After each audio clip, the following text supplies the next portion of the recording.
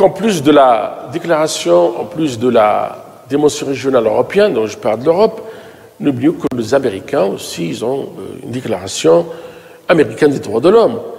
C'est la Convention relative aux droits de l'homme. Donc, vous avez la Convention qui a rentré en vigueur depuis 18 juillet 1978. Vous avez la Convention, autres instruments interaméricains qui consacrent évidemment cette philosophie de droit et liberté de l'homme. Donc nous avons aussi, entre autres, le texte arabo-musulman aussi. N'oubliez pas que la Ligue du monde arabe et l'Organisation de la conférence islamique a tendance à renforcer évidemment pour lui donner une perspective beaucoup plus prospère et beaucoup importante dans la pratique, dans le comportement politique, dans le comportement politique arabo-musulman.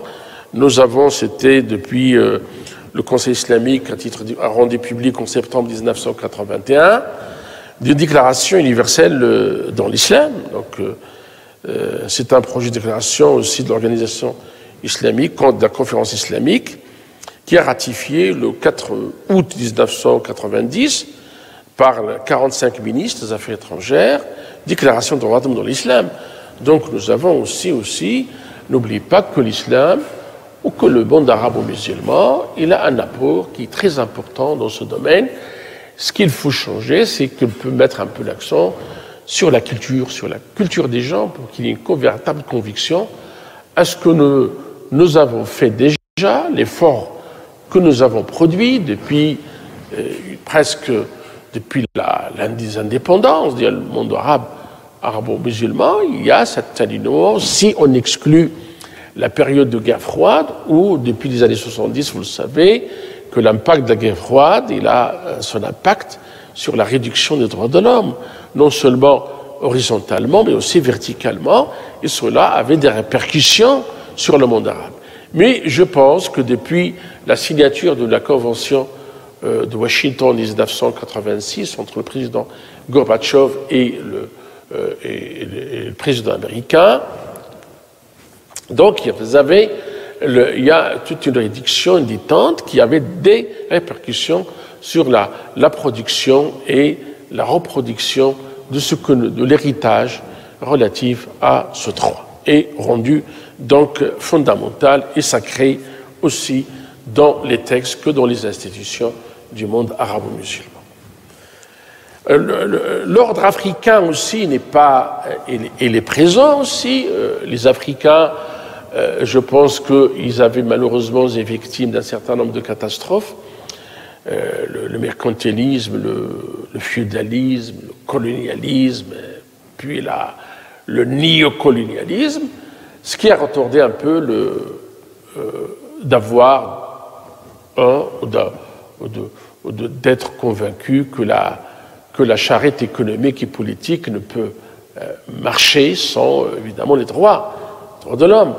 Et évidemment, ça nous rappelle un peu un petit événement lors du sommet de La Baule en 1989, où le président français il avait conditionné que l'assistance, la coopération, il est dorénavant et désormais conditionné par le respect des droits de l'homme. Donc, ça a suscité la contestation des uns et la conviction des autres.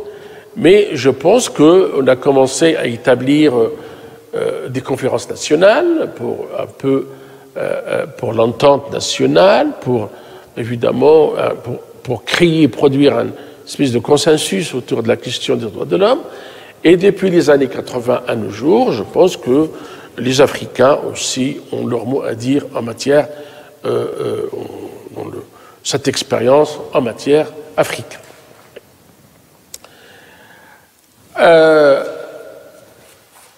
Alors c'est justement cela, on va le voir, le cas marocain, qu'on va voir que le développement des droits de l'homme et des libertés publiques ont une expression, une traduction nationale. Donc comment tout cet héritage, à la fois principes généraux, universels, international, régional sur le plan continental, comment tout cela s'est exprimé nationalement. Donc, cette expression, il est démontré par la volonté d'adopter dans les constitutions nationales un certain nombre de dispositions relatives au respect des droits de l'homme. Donc, il y a une phase qui a commencé, quoique, depuis la guerre, mais il a des effets, certes, sur l'application, sur même les convictions, au niveau des pensées, au niveau même du cognitif, non seulement des dirigeants nationaux, mais aussi de la société civile, parce que la société civile, on va le voir, il a milité aussi à travers les partis politiques, pour qu'il y ait évidemment, pour que les Marocains et tous les nationaux du monde bénéficient des droits. Donc vous avez des ligues qui défendent, des associations qui défendent la cause des droits de l'homme. Donc, alors c'est aujourd'hui, on devrait consacrer tous ces droits que nous avons vérifiés lors de ces séances précédentes en une traduction constitutionnelle. Mais il est nécessaire de voir, il y a d'autres qui sont évidemment s'inscrivent dans le cadre d'une loi fondamentale, d'autres qui sont simplement se contentent d'une petite espèce de déclaration indépendante. Et pour l'un comme pour l'autre, la question de préciser, cela se pose évidemment, doit être vérifié au niveau de la hiérarchie des lois, parce que quand je parle de la déclaration, par exemple, quelle est la valeur juridique de la déclaration? Et cela a suscité une controverse et a opposé les tenants de leur supraconstitutionnalité à ceux qui ne leur reconnaissent qu'une valeur morale et philosophique. Je parle de la déclaration référence, en faisant allusion à la Déclaration universelle des droits de l'homme ou les autres déclarations nationales par la suite. Alors, justement, il y a ce sujet, il a suscité beaucoup de débats, et cette question a été saisie particulièrement par le Conseil d'État français, qui a considéré ou estimé que la Déclaration des droits n'a pas de valeur juridique par elle-même, mais seulement des principes qu'il contenait et qui pouvaient être retenus comme des règles coutumières, des principes généraux des droits, avec une certaine valeur plus ou moins égale à celle des lois ordinaires. Quant au préambule, des lois, les principes qui se rapportent à la question des libertés et des droits de l'homme et qui sont introduits dans le préambule, cela, évidemment, on va voir aussi, il a également suscité des débats. Débats, plus particulièrement la doctrine et la jurisprudence, sachant pertinemment qu'ils sont des sources de droit, et qui ont toujours estimé que le préambule a une valeur juridique et force de loi, en même titre que tout le contenu, l'intégralité du texte constitutionnel. Si, évidemment, on le voit, le Conseil d'État, par contre, ne le considère pas comme un texte juridique d'application directe par lui-même. Mais, par ses dispositions, ils peuvent néanmoins être considérés comme des principes généraux du droit de valeur législative.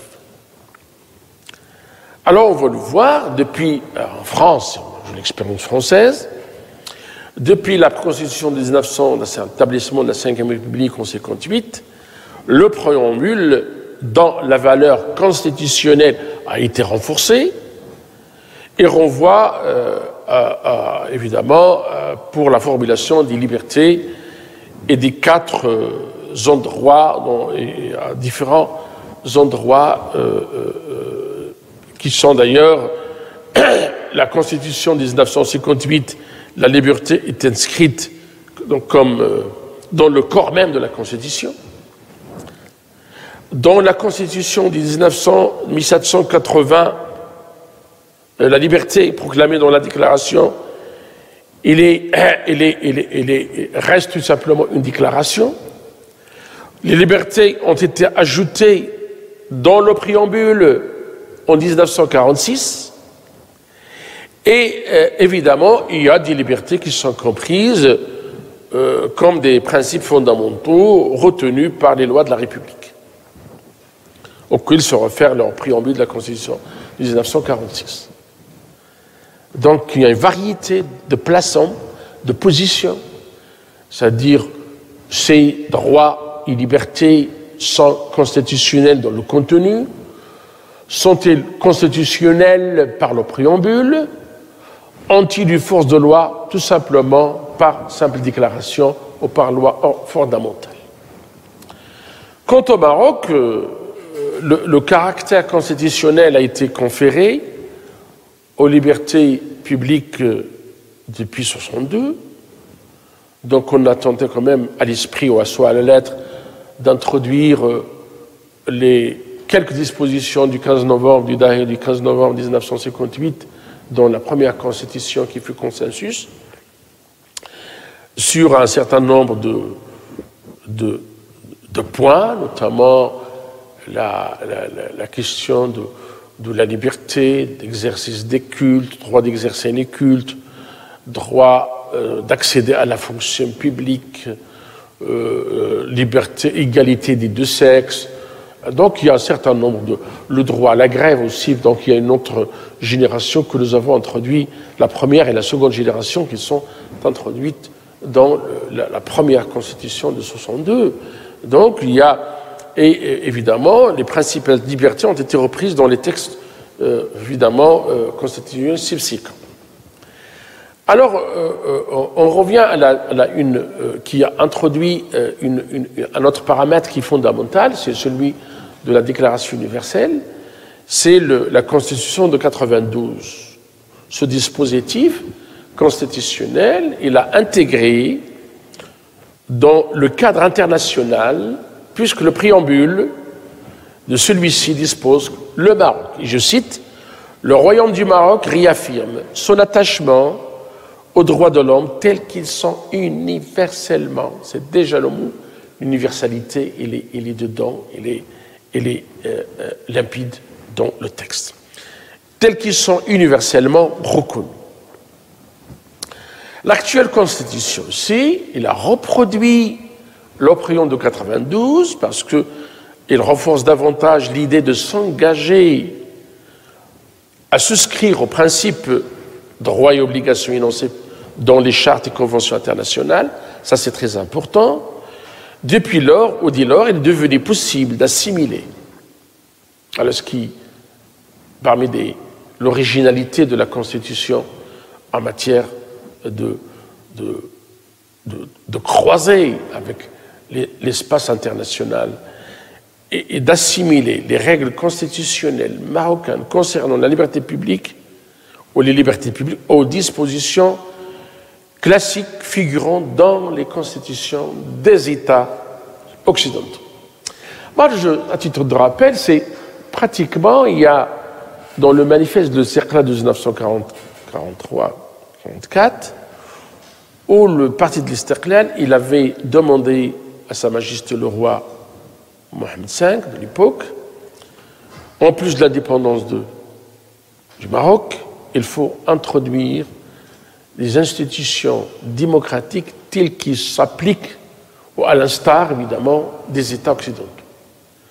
Donc on va dans ce sens, malgré cette parenthèse aussi longue, mais quand même, on est arrivé d'adopter, de s'inspirer du modèle occidental sur un certain nombre de libertés, en plus de le combiner avec la tradition marocaine, donc pour avoir une constitution qui garantit les libertés qui sont universelles et garantir l'identité spécifique des Marocains dans tradition et modernité, cette combinaison qui donnait un certain équilibre à notre identité, à notre comportement, aussi bien politique que civil.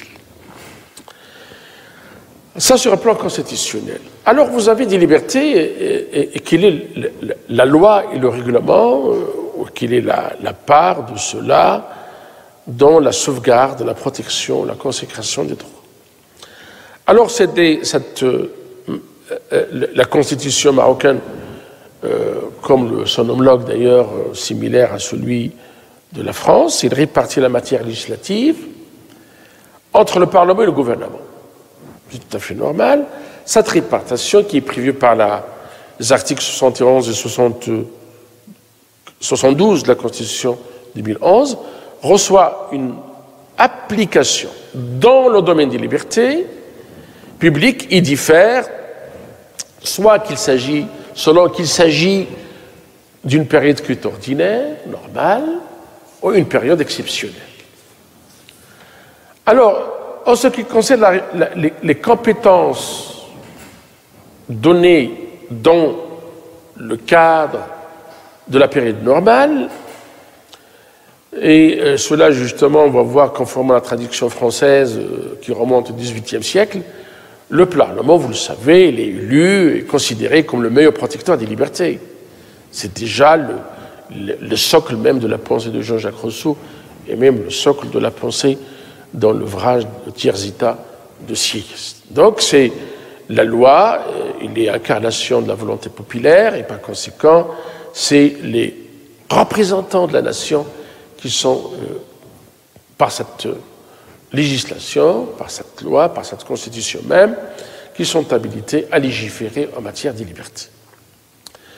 Alors c'est déjà, on va le voir dans l'article 71 de la Constitution, sont du domaine de la loi, outre les matières qui lui sont expressément dévolues par les autres articles de la Constitution. Les lois individuelles et collectives, énumérées au titre de la Constitution. En revanche, le gouvernement et l'administration ont une fonction seconde, une fonction de seconde zone. Il leur incombe d'exécuter la loi sous le contrôle du juge. C'est évidemment le contrôle du juge, puis allusion qu'on est toujours en active, on évolue, on est en continuelle évolution en matière de la consécration de l'état de droit, où le juge il est partie intégrante, il s'impose, il est déterminant dans le comportement institutionnel des différents acteurs. Donc, en période exceptionnelle, c'est là où vous avez, il y a un côté, donc l'exceptionnel, on va le voir, l'exceptionnel, entre autres, vous avez, il est différent selon qu'il s'agit d'un régime législatif, ou qu'il s'agit d'un régime jurisprudentiel, ou qu'il s'agit d'un régime constitutionnel. Donc, quant au régime législatif, donc on parle plus souvent de l'état de siège. L'état de siège, qu'est-ce qu'on entend par l'état de siège? L'état de siège, c'est un régime exceptionnel de police justifié par l'édit de péril national. Donc, on peut le déclarer nationalement sur tout le territoire, ou partiellement dans une partie du territoire. Il est parfois appelé dans le lexique politique, dans le lexique constitutionnel et juridique, état de siège politique ou fictif, pour le différencier à l'état de siège réel, peut être relaqué par le commandant d'une place assiégée, un commandant militaire assiégé, c'est-à-dire une place, une région, un territoire assiégé ou menacé. Donc, en vertu de l'article 49 et 66 de la Constitution, l'état de siège, il est déclaré après délibération du Conseil des ministres, évidemment par Daïr, et la prolongation de ce délai peut être autorisée aussi par le Parlement. L'état de siège entraîne la substitution, voilà ce qui est très important, substitution des autorités militaires aux autorités administratives et civiles pour l'exercice des pouvoirs de police administrative. Et il implique aussi, l'état de siège implique aussi la prise des mesures exceptionnelles pour élargir les pouvoirs ordinaires de police. Donc, soit, par exemple, les mesures exceptionnelles, je parle de la perquisition le jour et de nuit au domicile citoyen, éloignement du repris de justice des individus domiciliés dans la zone d'état de siège, donc interdiction de publication de réunions jugées de nature à exciter le désordre. Donc, c'est un régime, donc, il s'appelle le régime législatif. Le régime jurisprudentiel, qui a d'ailleurs derrière ce régime jurisprudentiel, fut adopté, développé la théorie des circonstances exceptionnelles. Et cette théorie des circonstances est une construction juridique d'origine jurisprudentielle, selon laquelle certaines décisions seraient illégales en temps normal, peuvent devenir légales en certaines circonstances, quand il s'agit de guerre, de crise générale, de menaces de grève, de désordre, etc. Donc, il est nécessaire d'assurer le maintien de l'ordre et la marche des bons services des services publics. Donc, la théorie trouve son fondement dans les devoirs généraux de l'autorité administrative qui comportent précisément l'obligation d'assurer l'ordre public et le fonctionnement des services. Le régime constitutionnel, donc vous avez aussi, n'oubliez pas dans ce régime-là, vous avez le juge administratif saisi a posteriori pour est amené à statuer sur la légalité de l'acte qui lui est soumis. Donc il vérifie si l'on se trouve dans une période exceptionnelle, auquel cas l'acte administratif est valable, même si l'administration a méconnu certaines règles.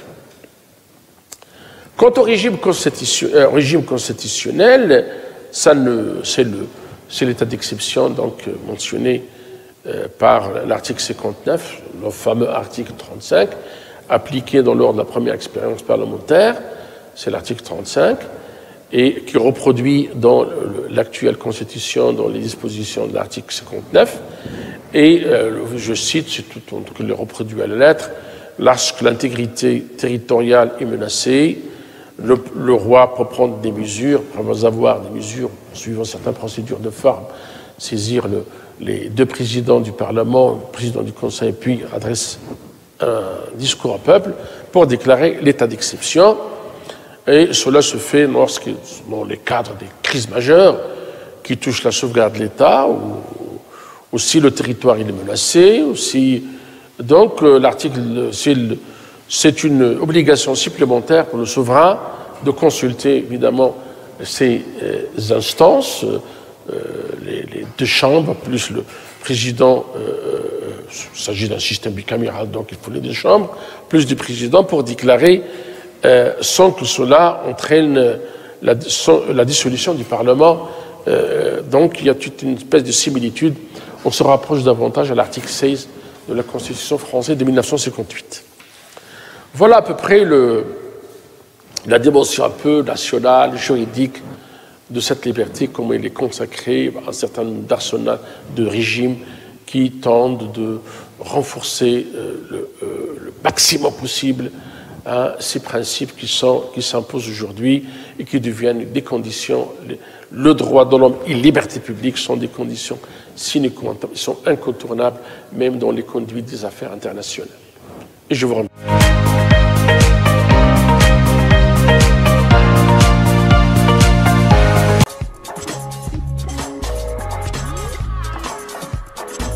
إن أعجبك الفيديو لا تنسى الإعجاب والاشتراك في القناة.